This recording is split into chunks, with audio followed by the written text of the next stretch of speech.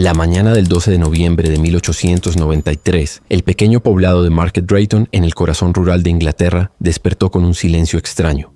El viento arrastraba hojas secas por las calles vacías y el campanario resonaba como si marcara el inicio de un día que nadie estaba preparado para enfrentar. En una casa modesta situada al borde del bosque, un granjero encontró una escena que heló su sangre. La puerta trasera entreabierta, un rastro de lodo entrando a la cocina y la sensación inmediata de que algo terrible había ocurrido allí. Lo que descubriría minutos después cambiaría la historia del lugar para siempre. El cuerpo de Annie Wheeler, una joven de 21 años, fue hallado en un claro cercano, tendido sobre la hierba húmeda y con signos evidentes de violencia. Sus ropas estaban desgarradas, había marcas de lucha a su alrededor y su expresión congelada revelaba un terror profundo, como si lo último que hubiese visto antes de morir fuera algo imposible de comprender. No había testigos, no había gritos. Nadie había escuchado nada durante la noche. Para un pueblo donde todos conocían a todos, aquello era más que un crimen. Era una ruptura con la tranquilidad que los protegía. Annie no era una desconocida. Trabajaba como ayudante doméstica. Era amable, reservada y querida entre los vecinos. No tenía enemigos. No tenía deudas. No tenía un pasado oscuro. Su muerte brutal y misteriosa desató un miedo colectivo que se extendió rápidamente por toda la región. La pregunta que todos se hacían era la misma. ¿Quién querría dañar a una joven tan inocente? ¿Y por qué con tanta ferocidad? Cuando la policía llegó al lugar, encontró pistas contradictorias, huellas que se perdían en el bosque, marcas extrañas en los brazos de la víctima y un pañuelo ensangrentado que no pertenecía a Annie. El escenario parecía construido por alguien que conocía bien el terreno, y sin embargo no había indicios de que nadie hubiera visto movimientos sospechosos. Pero lo más perturbador surgió en las horas siguientes. 3 personas distintas afirmaron haber visto la noche anterior una figura masculina caminando por el sendero del bosque, sosteniendo algo pesado en los brazos. Una figura que no pudieron reconocer, pero que parecía observarlos desde la oscuridad. Aquella noche, el pueblo entero comprendió que el asesino de Annie Wheeler no era un extraño. Era alguien que vivía entre ellos. Para entender por qué el asesinato de Annie Wheeler estremeció tanto a Market Drayton, hay que imaginar cómo era este pequeño poblado rural en 1893. Rodeado de campos húmedos, bosques espesos y caminos estrechos donde la niebla parecía vivir de forma permanente, el lugar estaba marcado por la rutina y el silencio. La vida transcurría entre la iglesia, las granjas y el mercado sin grandes sobresaltos. La idea de un crimen violento parecía imposible.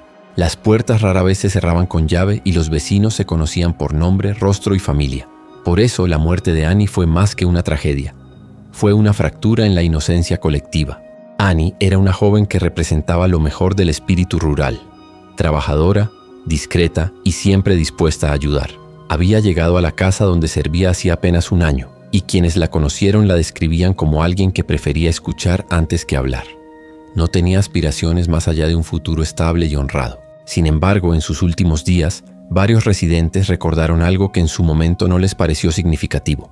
Un gesto nervioso, una mirada distraída, una inquietud que ella intentaba ocultar. Nadie imaginó que esos pequeños signos podían ser una advertencia silenciosa. Cuando su cuerpo apareció en el claro del bosque, la comunidad entera se volcó a las conjeturas. Los rumores crecieron con una rapidez inquietante. Algunos decían que Annie había sido vista discutiendo con un hombre desconocido días antes. Otros afirmaban que la noche previa escucharon pasos apresurados cerca de los establos. Nada podía comprobarse, pero todas las historias compartían un elemento común: la presencia de alguien que no pertenecía del todo al paisaje habitual del pueblo. La investigación inicial estuvo marcada por errores, miedos y contradicciones. La policía local, poco acostumbrada a crímenes graves, se vio superada por la presión pública. Las pistas parecían formarse y deshacerse al mismo tiempo. El bosque se convertía en un laberinto cada vez más oscuro, donde cualquier sonido podía ser una señal o una falsa alarma.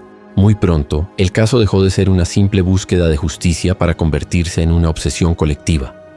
Cada sospechoso parecía encajar y no encajar al mismo tiempo.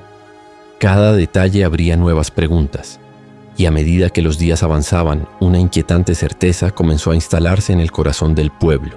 El crimen de Annie Wheeler no había sido un impulso pasajero, sino el resultado de algo más profundo, más premeditado y más siniestro de lo que nadie estaba preparado para enfrentar. La última noche de Annie Wheeler comenzó de forma absolutamente normal.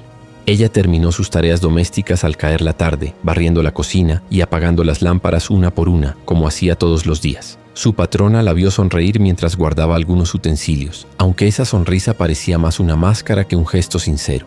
Afuera, la niebla cubría los campos como un manto espeso y silencioso, y el viento soplaba desde el bosque, trayendo consigo un murmullo inquietante. Annie salió del servicio un poco después de las 8, envuelta en su chal de lana, lista para recorrer el pequeño camino que conducía a su alojamiento. A medida que avanzaba, el sendero se estrechaba entre arbustos y árboles retorcidos que parecían observadores silenciosos. Muchos habitantes evitaban esa ruta por la noche, pero Annie la había recorrido infinidad de veces sin temor. Esa noche, sin embargo, sintió algo distinto, la sensación de ser seguida. Miró hacia atrás, vio la niebla moviéndose lentamente, fragmentada por la luz temblorosa de los faroles, pero no distinguió ninguna figura.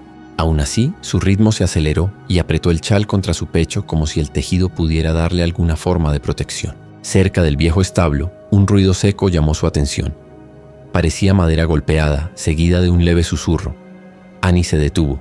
El sonido volvió, esta vez más cercano, como si alguien intentara caminar con sigilo. Ella dio 2 pasos hacia atrás, dudando si volver a la casa donde trabajaba.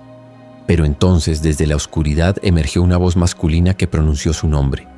Era una voz que ella conocía. Una voz que hasta ese momento nunca le había inspirado miedo. Por un instante su rostro recuperó la calma, antes de perderla para siempre. El hombre se acercó lentamente. Annie lo saludó con cortesía, aunque la inquietud era evidente en su postura. Él, por su parte, parecía nervioso, respirando con dificultad. Comenzaron a caminar juntos hacia el claro del bosque, conversando en voz baja. Los detalles de esa conversación se perderían para siempre, pero lo que sí se supo después es que Annie observó algo en su rostro, algo que no había visto antes. Una desesperación feroz, casi violenta, como si él estuviera luchando contra sus propios pensamientos. A cada paso, la tensión entre ambos aumentaba, invisible pero palpable. La reacción de Annie fue instintiva. Cuando llegaron al límite del claro, ella dio un paso atrás, mirando hacia el pueblo como si buscara una vía de escape. Pero él la sujetó del brazo con brusquedad. A partir de ese punto, los hechos se volvieron confusos. El forcejeo dejó marcas en la tierra húmeda, ramas rotas y huellas desordenadas. Se sabe que Annie intentó huir, rasgando su falda mientras corría hacia el bosque. Se sabe también que él la alcanzó a pocos metros, y que la lucha dejó rastros tan intensos que incluso días después las hojas aún estaban teñidas de sangre.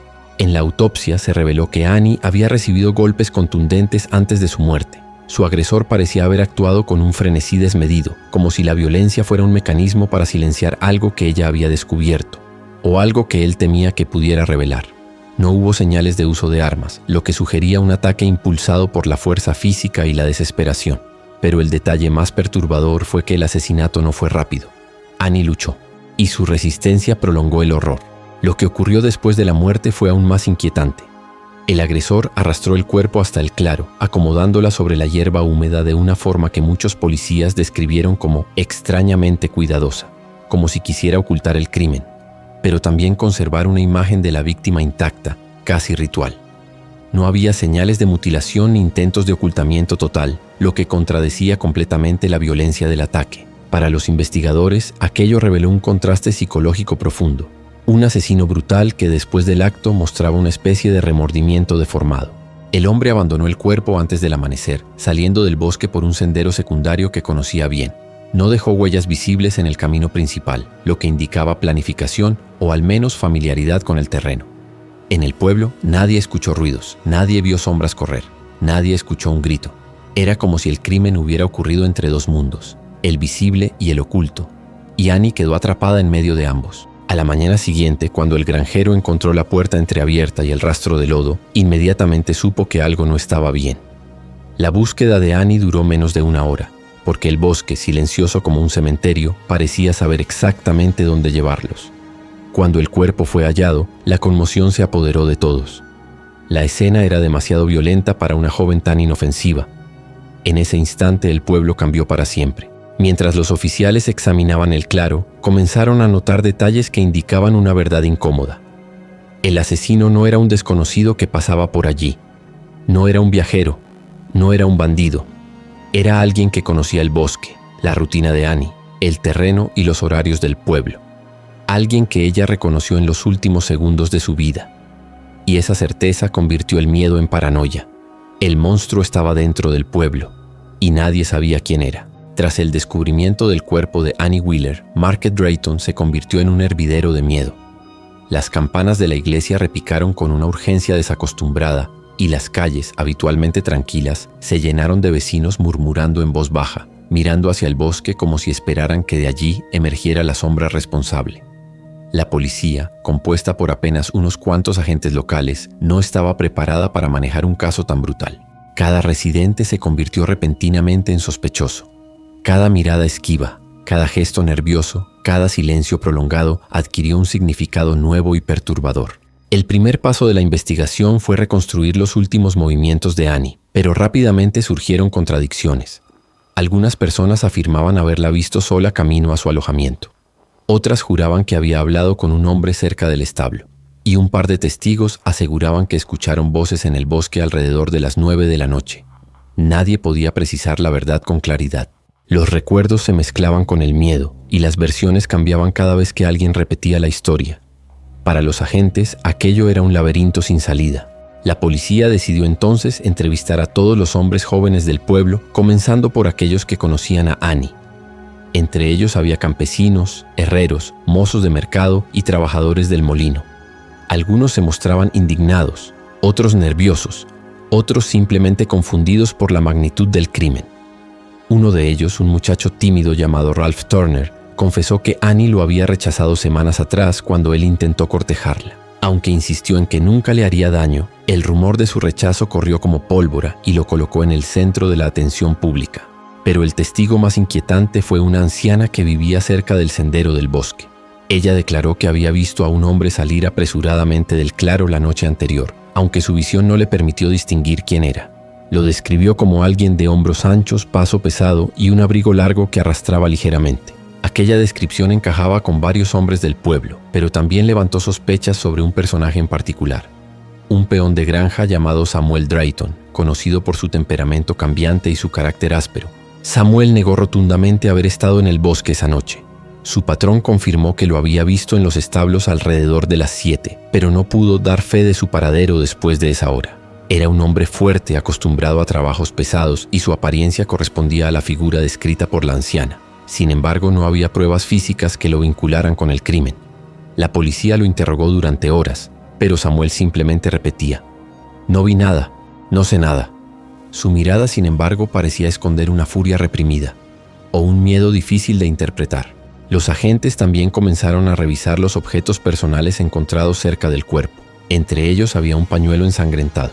No era de Annie. El bordado correspondía a una inicial masculina, la letra E.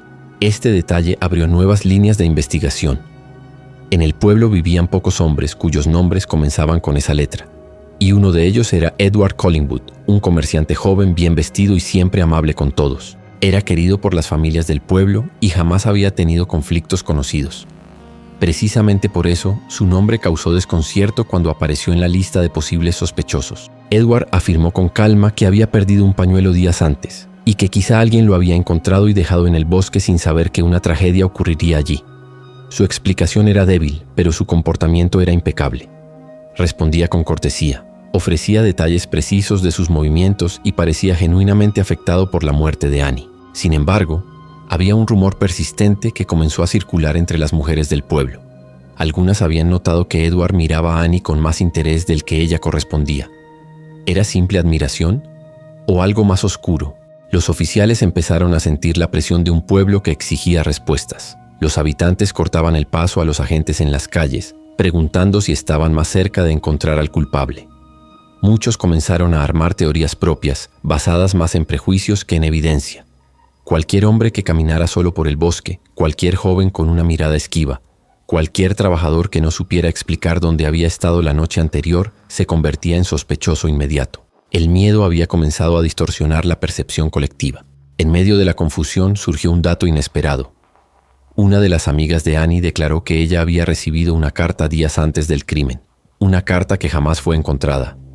Según la amiga, Annie parecía inquieta después de leerla, aunque intentó restarle importancia. ¿Quién la había escrito? ¿Y qué decía? Nadie lo sabía. El contenido de aquella carta se convirtió en uno de los enigmas más inquietantes del caso. Los agentes sospechaban que podía contener una amenaza, un ultimátum, o una revelación que Annie no alcanzó a compartir con nadie. Para cuando la primera semana de investigación llegó a su fin, la policía tenía 3 sospechosos, docenas de declaraciones contradictorias y una comunidad al borde de la paranoia. El bosque seguía siendo un escenario siniestro, cargado de pistas confusas y silencios inquietantes. Pero lo más perturbador era la sensación creciente de que el asesino no actuó por impulso, sino que conocía perfectamente a su víctima. Y si ese era el caso, entonces también conocía al pueblo. Y seguía ahí, mezclado entre ellos, observando cada movimiento. A medida que la investigación avanzaba, comenzaron a aflorar pequeñas grietas en la fachada tranquila del pueblo. Historias íntimas, antes contadas en voz baja junto al fuego, emergieron con fuerza. Romances secretos, deudas ocultas, enemistades viejas. Market Drayton, que hasta entonces se creía un lugar de vidas ordenadas y sin sobresaltos, mostró la textura de su complejidad. Familias enfrentadas por herencias minúsculas, jóvenes que compartían miradas prohibidas, matrimonios frágiles sostenidos más por costumbre que por afecto. En ese contexto, la muerte de Annie actuó como una lupa que amplificó rencores que la rutina había mantenido dormidos. Los investigadores comenzaron a reconstruir redes afectivas y económicas. Descubrieron que Annie no solo trabajaba en la casa de la señora Peel, sino que a veces ayudaba en la taberna cuando faltaba personal, que conocía a muchos jóvenes del pueblo porque iba al mercado, que algunas vecinas la protegían como si fuera una hermana menor. A partir de esos vínculos, la policía elaboró un mapa de relaciones. Quiénes se le acercaban, quiénes le ofrecían favores, quiénes la evitaban. Fue en ese mapa donde aparecieron nombres que antes nadie habría asociado con la violencia. Uno de esos nombres fue el del pastor local, un hombre respetado cuya voz dirigía la moralidad comunitaria. Algunos jóvenes afirmaron haberlo visto discutiendo con Annie por una deuda espiritual. Otros dijeron que él le había pedido discreción ante rumores que podrían perjudicar la reputación de la iglesia. El pastor negó con firmeza cualquier implicación y ofreció oraciones públicas por la víctima, pero la sospecha se había plantado. En un pueblo donde la reputación lo era todo, la mera asociación con el crimen bastaba para ensombrecer a cualquiera. La tensión aumentó cuando hallaron restos de paja y fibras en las uñas de Annie, signos de una lucha desesperada. Esas fibras eran del tipo utilizado en sacos de grano del molino, un lugar transitado por varios trabajadores. El patrón de la pelea y la dirección de las huellas hicieron pensar que el ataque no había ocurrido por casualidad. Alguien la había seguido, había elegido un instante y un lugar donde la oscuridad y la soledad le ofrecían ventaja. La premeditación empezó a ser una hipótesis creíble. En un giro inesperado, apareció un testigo que cambió la dinámica del caso. Un muchacho que trabajaba en el molino aseguró haber visto la noche del crimen a un carruaje cargado detenerse junto al sendero del bosque. Dijo que vio a un hombre bajar con una caja pesada, cruzar el camino y volver con las manos vacías. Esta declaración, aunque tardía, aportó un elemento nuevo: la posibilidad de que alguien de fuera, o alguien con acceso a un carruaje, hubiese venido al pueblo específicamente para esa noche. Los rumores sobre forasteros volvieron a circular, mezclándose con la lista de sospechosos locales. La policía, dividida entre la teoría del vecino y la del forastero, intensificó los interrogatorios. Se revisaron registros de viajeros, facturas de hostales cercanas y movimientos de carretas. El herrero, al que nadie antes había mirado con recelo, admitió haber reparado un eje de carruaje para un hombre que no pudo pagar. El carretero afirmó que la misma noche pasó por un desvío extraño cerca del claro, pero juró que no vio nada fuera de lo común. Cada declaración parecía abrir otras preguntas. Cada prueba parecía plausible y a la vez insuficiente. Mientras tanto, la señora Peel temblaba en su casa. La prensa sensacionalista de las localidades vecinas había llegado como moscas al olor del espectáculo. Voz a voz comenzaron a circular insinuaciones sobre la conducta de Annie dentro de la casa, sus salidas y la posibilidad de algún vínculo impropio con algún miembro de la familia Peel.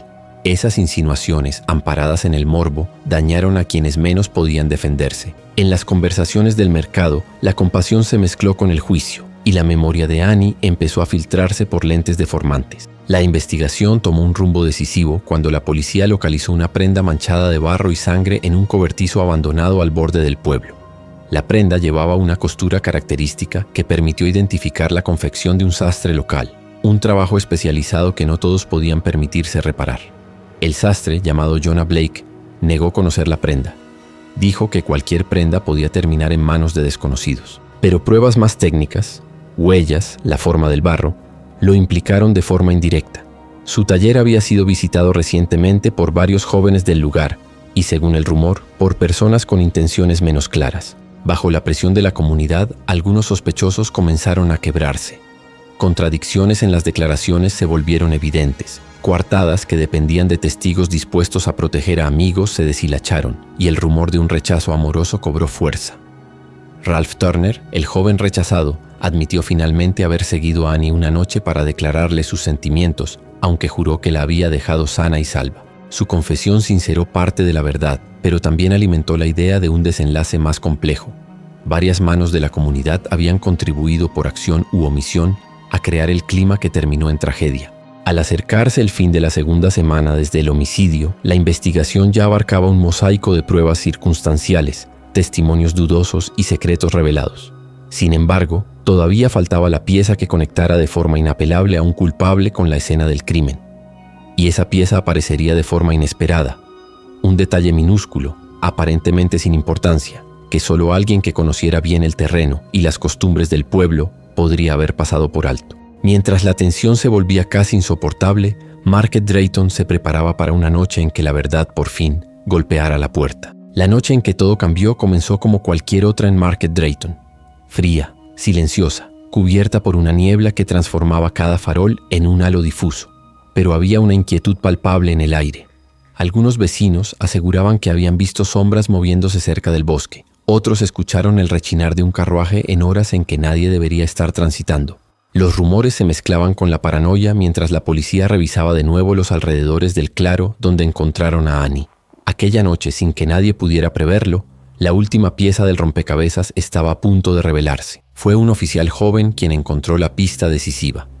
Mientras revisaba los arbustos al borde del sendero, notó una marca en el tronco de un roble. Un pequeño corte limpio, demasiado preciso para ser accidental. El corte tenía la forma de un símbolo rudimentario como una letra mal hecha. Cuando lo iluminó con su farol, comprendió que aquel mismo símbolo aparecía en otro tronco, más profundo en el bosque, y luego en un tercero. Era un rastro intencional, un camino marcado por alguien que conocía bien el terreno y que necesitaba regresar a un punto específico sin perderse. Los agentes siguieron la secuencia de marcas hasta llegar a una cabaña abandonada, cubierta por musgo y casi invisible bajo la sombra de los árboles. La puerta estaba cerrada, pero al empujarla, un crujido sombrío resonó en el interior. Dentro, todo estaba cubierto de polvo, excepto un pequeño espacio junto a la ventana. Había huellas frescas, restos de barro, y sobre la mesa, un trozo de tela desgarrado que coincidía exactamente con la ropa que Annie llevaba la noche del crimen. El silencio de la cabaña era asfixiante, como si el aire hubiera sido arrancado de la habitación. Mientras inspeccionaban la cabaña, uno de los oficiales levantó una lámpara y descubrió algo aún más perturbador. Un cuaderno pequeño escondido bajo una tabla del suelo. En sus páginas había notas breves, cortadas, escritas con una caligrafía temblorosa. No mencionaban nombres, pero sí describían encuentros secretos con una muchacha de ojos claros. También hablaban de un miedo creciente, de la sensación de ser observado y de rumores que podrían destruirlo todo. Estas palabras, por sí mismas, no incriminaban a nadie. Pero en la última página había una frase subrayada 2 veces. Si ella habla, todo termina. El descubrimiento del cuaderno llevó inmediatamente a un nombre. Edward Collingwood, el comerciante joven, siempre educado, siempre correcto, cuya inicial coincidía con la del pañuelo encontrado. Cuando la policía llegó a su casa, él estaba sentado en su escritorio como si hubiera estado esperando. No intentó huir ni negar que el cuaderno le pertenecía. Simplemente levantó la mirada y dijo: «No fue lo que creen». Pero su voz temblaba por primera vez desde el inicio de la investigación. La confesión de Edward no llegó de forma directa. Fue más bien un derrumbe emocional. Dijo que Annie había descubierto algo sobre uno de sus negocios. No especificó qué, pero insinuó que involucraba documentos falsificados y transacciones que podrían arruinar a su familia. Según él, no quería hacerle daño. Quiso convencerla de guardar silencio, pero la discusión se tornó violenta y en un impulso que aseguró no comprender ni recordar con claridad, la empujó. Annie cayó. Intentó levantarse. Él la sujetó del brazo. Y entonces, como si una parte de sí mismo hubiera actuado por cuenta propia, todo se volvió sangre y gritos ahogados entre los árboles. Edward afirmó que no tenía intención de matarla, que todo había sido un accidente envuelto en pánico, pero los detalles no coincidían. La violencia del ataque, la sangre esparcida, las marcas en el cuerpo, la escena del claro, nada sugería un accidente. Los investigadores escucharon su versión con frialdad, conscientes de que los asesinos desesperados siempre intentan suavizar la verdad. Mientras más hablaba, más evidente se volvía que aquello no había sido un arrebato momentáneo, sino una combinación de rabia, miedo y la voluntad de proteger su reputación a cualquier costo. Lo más devastador llegó cuando la policía repasó sus movimientos. Edward había marcado el bosque con símbolos para orientarse hacia la cabaña. Había trasladado el cuerpo a un lugar específico para crear confusión sobre la escena del crimen. Había dejado objetos falsos para desviar la atención hacia otros sospechosos. Incluso había aprovechado los rumores sobre forasteros para alimentar la teoría de un asesino externo. Todo formaba parte de un plan torpe, pero plan al fin. La imagen del comerciante amable se desmoronó por completo. Cuando las pruebas fueron presentadas al pueblo, la conmoción fue absoluta. Muchos se negaron a creerlo. Otros cayeron en llanto, incapaces de aceptar que un rostro tan familiar fuera capaz de semejante crueldad. Las mujeres, que siempre habían confiado en él, se apartaron con horror. Los hombres bajaron la mirada, avergonzados por no haber visto antes la violencia latente detrás de su máscara de cortesía. Market Drayton entendió entonces la verdad más dolorosa del caso. El asesino no era un monstruo desconocido, sino un vecino modelo, un hombre que se confundía con la rutina diaria, un depredador silencioso. El juicio fue rápido y contundente. Edward Collingwood fue declarado culpable del asesinato de Annie Wheeler y sentenciado a la horca. Su muerte trajo un cierre oficial, pero no alivió del todo la herida. Annie se convirtió en símbolo de inocencia quebrada, de confianza traicionada, de la oscuridad que puede ocultarse en el corazón de un pueblo aparentemente pacífico. Y aunque Edward dejó de caminar por las calles, su sombra siguió allí durante años, recordando a todos que el verdadero peligro no siempre viene del bosque, sino de las manos que estrechamos a diario. Cuando Edward Collingwood fue ejecutado, muchos en el pueblo sintieron que por fin se había cerrado un capítulo doloroso. Sin embargo, con el paso de los años quedó claro que el caso de Annie Wheeler no dejaría una simple cicatriz, sino una sombra duradera. Market Drayton no solo perdió a una joven trabajadora y apreciada, también perdió la ilusión de seguridad que sustentaba su día a día. Las puertas comenzaron a cerrarse con llave. Los padres acompañaban a sus hijos incluso en los trayectos más cortos, y el bosque, que antes era un lugar de cosechas y paseos tranquilos, se convirtió en un territorio de silencio y desconfianza. El recuerdo de Annie se esparció por los rincones del pueblo como una advertencia involuntaria. Las mujeres empezaron a reconocer señales de control, manipulación o violencia que antes pasaban desapercibidas. Los hombres, por su parte, comenzaron a cargar con la vergüenza colectiva de no haber visto o no haber querido ver lo que se escondía detrás del comportamiento impecable de Edward. La tragedia de Annie reveló la fragilidad de la convivencia rural, mostrando que incluso los lugares más pequeños guardan secretos capaces de devastar una vida. Con el tiempo, flores comenzaron a aparecer en el claro donde su cuerpo fue hallado. Algunas colocadas por vecinos, otras por familias que nunca la conocieron. Su historia atravesó generaciones como una marca silenciosa, un recordatorio de que la violencia no siempre nace de monstruos visibles, sino también de personas capaces de sonreír bajo la luz y destruir en la sombra. Era la lección más dura y también la más necesaria. Hoy, más de un siglo después, el nombre de Annie Wheeler continúa apareciendo en archivos, investigaciones y debates sobre crímenes históricos, no solo como una víctima, sino como símbolo de la vulnerabilidad femenina en una época que rara vez escuchaba sus voces. Su historia, envuelta en silencio y dolor, sigue planteando una pregunta inquietante. ¿Cuántas Annie existieron en los pueblos victorianos? ¿Cuántas siguen siendo invisibles incluso ahora? Si deseas conocer más casos como este, crímenes reales históricos, perturbadores y a menudo olvidados, te invito a suscribirte al canal. Aquí recuperamos historias que el tiempo intentó enterrar, relatos que merecen ser recordados y víctimas que no deben desaparecer en la oscuridad.